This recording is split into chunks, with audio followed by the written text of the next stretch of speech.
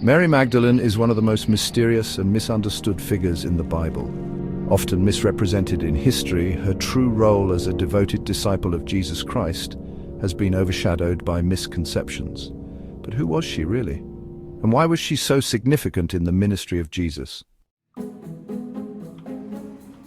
Mary Magdalene is one of the most prominent women in the New Testament, yet relatively little is recorded about her life prior to becoming a follower of Jesus. The Gospels provide only brief clues about her background, describing a woman who experienced profound healing and then became a devoted disciple. Over time, various traditions, interpretations, and myths have attempted to fill in the gaps of her early life. The canonical Gospels say very little about Mary Magdalene's life before she encountered Jesus. In fact, she first appears in the Gospel narrative as someone who had already been healed by Jesus. The Gospel of Luke introduces her as Mary, called Magdalene, from whom 7 demons had gone out. This implies that prior to following Jesus, Mary suffered from a severe affliction described as demon possession. The same detail is echoed in the longer ending of Mark, which also notes Jesus had cast out 7 demons from her. There is no further description in the Bible of what these demons entailed, but the phrasing suggests she endured serious physical or mental distress before Jesus intervened. Mary's epithet. Magdalene identifies her with the town of Magdala, a fishing town on the western shore of the Sea of Galilee.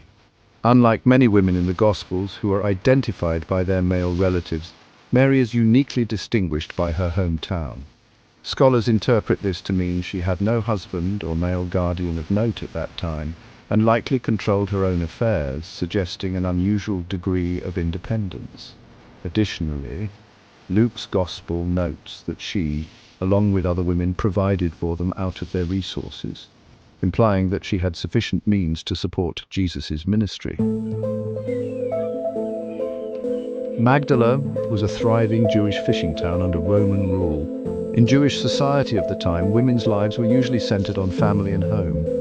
That Mary Magdalene later traveled with Jesus' movement suggests she had unique freedom of movement. This could imply she had no immediate family obligations, allowing her to follow an itinerant preacher.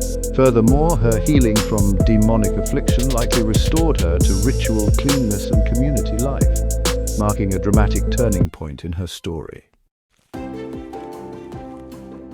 Mary's first mention in the Gospels is in Luke chapter 8 verses 1 to 3, where she is named among the women who were healed and became followers of Jesus.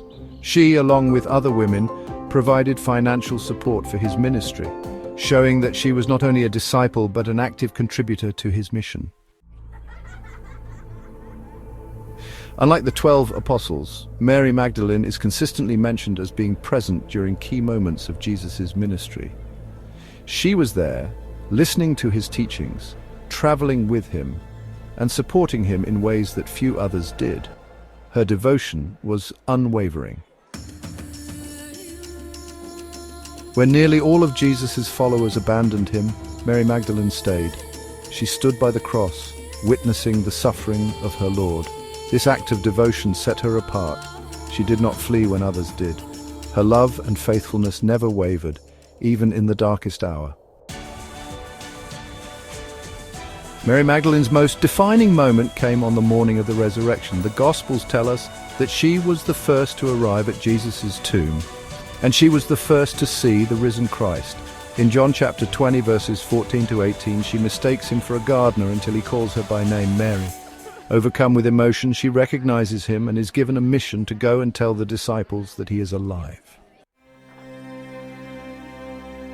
Because of this encounter, early church fathers called Mary Magdalene the Apostle to the Apostles. She was the first to proclaim the good news of the resurrection, making her one of the most important figures in Christian history. Despite this, later interpretations diminished her role, misidentifying her as a former prostitute, an idea with no biblical foundation.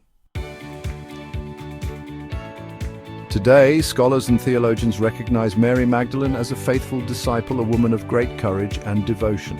Her story challenges stereotypes and highlights the vital role women played in the early church.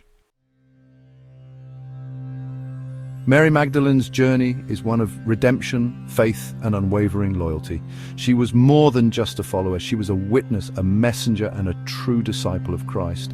Her story reminds us that Jesus calls each of us by name, inviting us to follow him with the same dedication and love that Mary showed.